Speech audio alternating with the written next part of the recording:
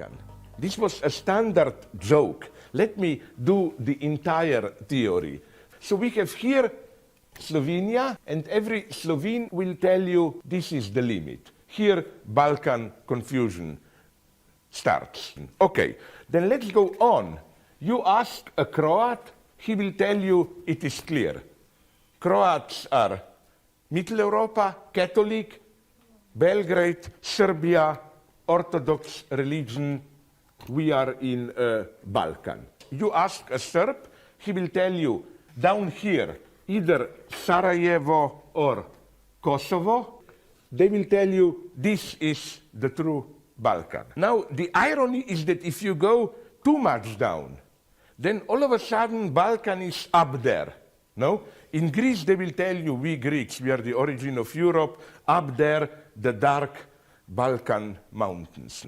If you ask an Austrian, he will tell you, Slovenia, Balkan begins, Slavic, primitives, and so on. If you ask a German, he will tell you, Austria, when they had an empire, was already too much mixed with all this. It's already Balkanized. French people will tell you, Germany, dark, fascist, kind of a Balkan, we are civilization. And finally, the British will tell you, all Europe is today a big Balkan with Brussels bureaucracy as a new Istanbul. We British... You discover this, like, my son is younger one, the older also, is definitely a neighbor to me. Like, once I was mad at him in a friendly way, and I shouted at him, a Serbo-Croat, Serb rather, vulgar, how do you call it, schimpf word, because we Slovenes are a nasty nation, and this is very dangerous. We don't have our own dirty words. We have to borrow them. So I shouted at him, jeboti pas mater, which means, if I translate it, let the dog fuck your mother. It's ordinary. But then my son became a neighbor. You know what was his answer? It's important, you will see why. At that point, he was 14 years old. Instantly, without reflection, he told me, but it already happened, that's how I was born. Like, I was the dog, you know. I mean, I admired him because it wasn't like, oh my God, what should I say? Instant answer. Okay, then he did something which was very flattering for me, but somehow ruined the effect and made me. Because immediately after that, he looked at me with a smile of complicity and said, Father, did I say this well? You know, it was so tragic, you know, like he really wanted to. And I almost cried, like I thought for a moment you are a true neighbor, evil, and so on, and now you are just another good guy. And we are really like that, you know, a fairy, you know, the stupid magic entity who fills your wishes, comes to a Slovene farmer and asks him, I will do whatever you want to you, just remember, I will do to your neighbor twice as much, no? You know what is Slovene farmer's answer? Take one of my eyes. Because then, and this is the basic Slovene principle. If I get a little bit, but the neighbor gets more, no, it's better if I lose a little bit, just that the neighbor loses more. Okay, these are we Slovenes, no? Then the Montenegro friend, I remember, immediately jumped in and said, you know, Montenegro, they have earthquakes and their cliches lazy, no? You can imagine what was his story. You know, how does a Montenegro guy masturbate, no? He digs a hole in the earth, puts the penis in, and waits for the earthquake, no? He's too late. But you see how it works even now. I claim this, now we are enacting the true brotherhood and unity. This one of my favorite Stalinist jokes. It's a joke from Soviet Union in mid-30s, precisely this. They have a debate, that's the joke. They have a debate in 35 in Politburo, will there be money in communism or not? Then you have right-wingers, Bukharin pupils, who claim, of course, it has to be money. It's natural to have money, you cannot exchange commodities, no? Then the left-wingers, some followers still there of Trotsky, said, no. Money is alienation, in communism, no money. Then Comrade Stalin intervenes and says, you are both wrong. Here we have right-wing deviation and left-wing deviation. The truth is, as they say in Stalinism, dialectical synthesis of the opposites. In communism, there will be money and there will not be money. Okay, then they ask him, but Comrade Stalin, how do you mean this? And you can guess what Stalin says. Very simply, some people will have money, other people will not have money. No, but quite seriously now.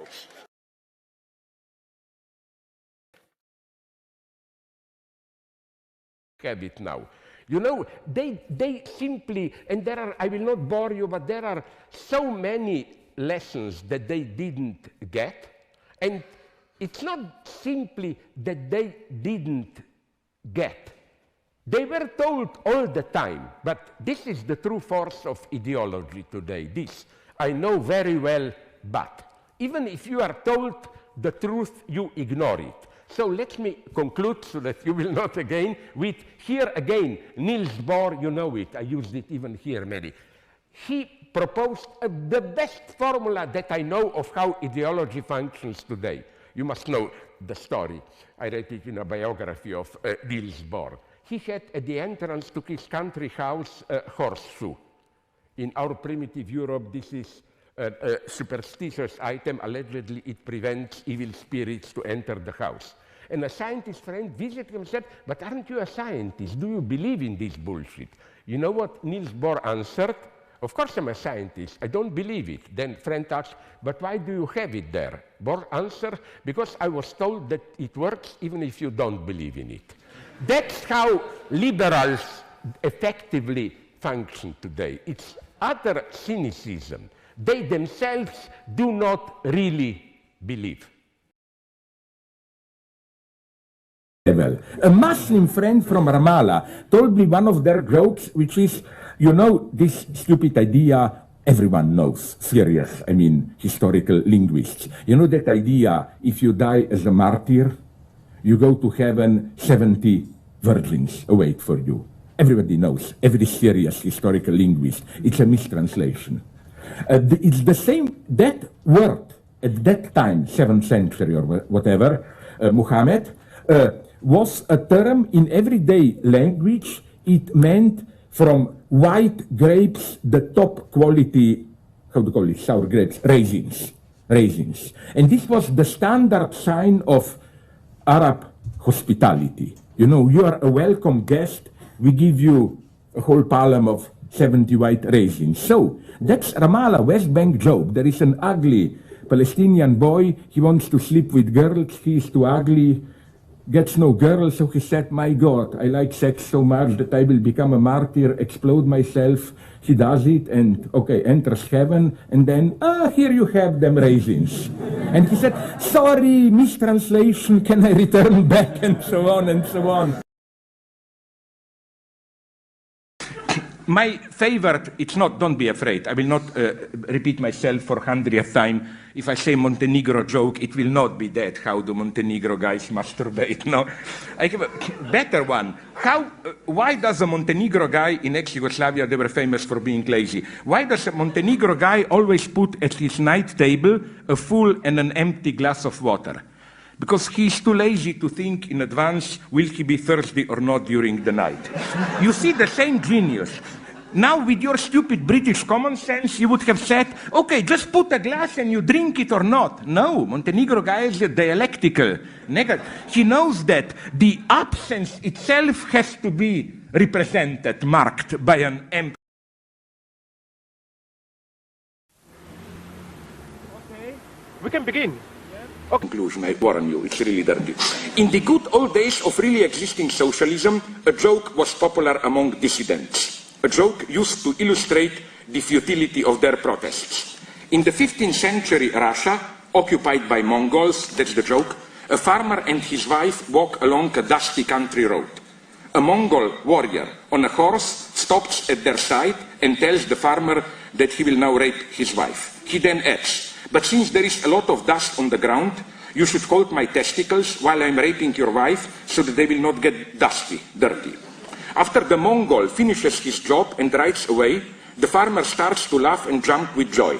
The surprised wife asks him, How can you be jumping with joy when I was just brutally raped? The farmer answers, but I got him. His balls are full of dust. This sad joke tells of the predicament of dissidents. They thought they were dealing serious blows to the party nomenclatura, but all they were doing were, well, getting a little bit of dust on the nomenclatura's testicles. Is today's critical left all too often not in a similar position? We think we are doing something terribly subversive. We are just. Our task is to discover how to make a step further. Our thesis 11 today should be: critical leftists have hitherto only dirtied with dust the balls of those in power. The point is to cut them off.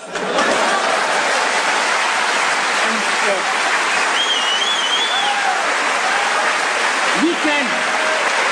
Don't be too pessimistic here, you know.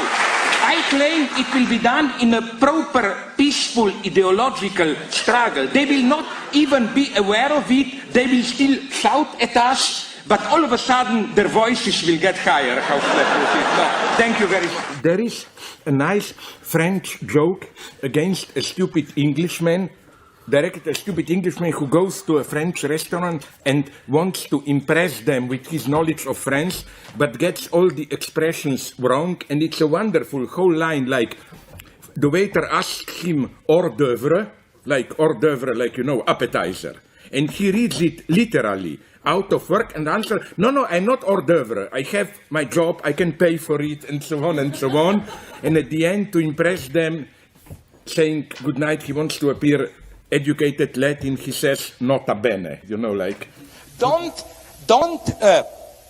Don't underestimate the way. It's not just you make jokes because life is easy. No, sometimes obscene humor is the only way to survive a really terrifying situation. For example, you remember the city of Srebrenica, where there was a big slaughter, practically all of them were killed. Now I have a Bosnian linguist, a friend, who is doing social linguistics research there. And he told me something wonderful, that among the survivors of Srebrenica, jokes are now exploding about their own predicament. Extremely dirty jokes, like, maybe you know it, I'm sorry if I repeat myself, a Bosnian guy who emigrated to Germany returns to Srebrenica and wants to buy a parcel to build a house there, no? And he asks, what's the price down there for space, parcels, how you call it, to build a house? You just should know something. In old Yugoslavia and before, when you buy meat, when you bought meat, usually the butcher asked you, with or without bones. Because usually people were cooking soup, cooking meat in water, and the soup has better taste if you throw in some bones, no? That's the joke. Okay, so the joke is this one. This guy asks, okay, what's the price of piece of land? And the answer is, well, because, you know, Srebrenica is full of buried people. Bones. Do you want it with or without bones? And so on. This is not making fun. The point is that it's still, for them, so traumatic that that's the only way to deal with it. It's too comfortable to say, oh, they suffer, we are all from Srebrenica, and so on. No, they have to live with it, and sometimes, through obscene jokes, is the only way. The first one is that classical one, you know, on Sabbath, on Saturday, Jewish believers meet in a synagogue and each of them says something. So first, a big rabbi said, oh my God, I am nobody. I am not worthy of your attention, God. Then a rich Jewish merchant comes and says, oh my God, I'm also nobody. Don't even consider me. I'm not worthy of your attention. Then, I hope you know the joke, a poor Jew stands up and says, God, I'm also a nobody. And then the rich merchant kicks the rabbi and said, who is this guy that he thinks he can also say that he is a nobody? There is deep truth in this. Whenever somebody apparently humiliates himself and so on, adopts this attitude of, I despise my nation, my identity, blah, blah, be very careful for looking for secret privilege, what as a Lacanian I would have called surplus enjoyment. No? But this is for me, now I will complicate things. Still, I think that Ernst Lubitsch, we, Ljubljana School, Alenko Zupančić, Nadal, me, made serious self-criticism lately, that maybe we play too much Hitchcock, there are others, like Ernst Lubitsch. In Ninochka, which is not my favorite Lubitsch, the favorite is, of course, To Be or Not to Be. In Ninochka, there is nonetheless, please listen to it. It's an incredible line of dialogue. Alenka Zupančić found it and brought it to my attention. She now wrote a whole text on it. The hero visits in Ninochka a cafeteria and orders coffee without cream. He says, coffee without cream, please. Listen what the waiter answers. Sorry, but we have run out of cream, but we still have milk. Can I then bring you coffee without milk? This is what Hegelian dialectics is called. And now you will say, this is simple differentiality, no? Like, because, like, now you will say, what's the point? Because in any case, he wants plain coffee. But no, the waiter is right to offer him, because he doesn't want just plain coffee. He wants coffee without something. This negativity, you know, it's like my favorite, it's not, don't be afraid, I will not repeat myself for 100th time. If I say Montenegro joke, it will not be that, how do Montenegro guys masturbate, no? I have a better one. Why does a Montenegro guy in ex-Yugoslavia, they were famous for being lazy, why does a Montenegro guy always put at his night table a full and an empty glass of water? Because he's too lazy to think in advance, will he be thirsty or not during the night? You see the same genius. Now with your stupid British common sense, you would have said, okay, just put a glass and you drink it or not. No, Montenegro guy is a dialectical. He knows that the absence itself has to be represented, marked by an empty glass. Since there were no dirty jokes, I would nonetheless like to begin with to end with a very dirty joke that I heard, believe it or not, in Ramallah from a Palestinian Christian. They are wonderful people, sense of humor. He told me this joke about Jesus Christ. The night before Jesus was arrested and crucified, he was there praying alone in the tent. Jesus Christ, his followers, apostles, gathered around the tent and started to worry, like, Christ was still a virgin. He didn't have sex. And they say, my God, our Lord did so much to us, so many great things, and he will die tomorrow, being crucified without any joy and happiness. So why don't we make at least the last evening of Jesus Christ, why don't we bring some joy to him? So they call Mary Magdalene and ask her to go to the tent where Christ is resting and to seduce him. Of course, being who she was, Mary said, oh, with pleasure, and went there. Now, after 5 minutes, Mary Magdalene came out running with a totally horrified cry. And apostles were wondering, what happened there, my God? Is Christ secretly a pervert? Did he torture her or what? No, she explains. Everything went well at the beginning. I slowly undressed, I spread my legs, I showed to Christ my pussy, but then catastrophe started. He said, what a terrible wound is there. He put his hand in and healed it, made it whole, no? Girl, called Tana French, a series of crime fiction taking place in Dublin with more or less the same spirit, the same attitude, a kind of a, if I have to invent some stupid title, a kind of a dark neo-feminist crime thrillers. But now of the movie that I recently saw, there is a problem. Often a movie attracts me, not attracts me, but gives me to think intellectually, but I don't really like it as a movie. For example, the one, Her, with Joachim Venn. In the film, at the end, he is the hero together with a girl. I think she's called Amy, but they are both abandoned by their machines. The big enigma here is, and this is what always attracted me, and this is, I think, what my mentor in theory, French psychoanalyst Jacques Lacan, insisted in his crazy thesis, there is no sexual relationship, which means we are never alone, me and my partner. There has to be a third element, a fantasy scene, an intruder. It's only through that mediation of a third element here in her, their operating systems, that sex functions. And then I started to think about other variations of this. Like, for example, a perfect, very intelligently made, 20 years old British publicity for beer, which is a wonderful, ironic repetition of an old fairy tale motive, A young girl walks by a stream, sees a frog, and of course, that's what you do in fairy tales. She picks up and kisses the frog, and the frog turns into a prince, charming young man. But then the publicity goes on. The charming young man looks at her, kisses her, and she turns into a can of beer, Like, that's what he really wanted, And then I found here in the States a similar but inverted version. Some pretty disgusting, incidentally. Publicity for Taco Bell, publicity for something called quesarito, which is quesadilla and burrito, combination of the two.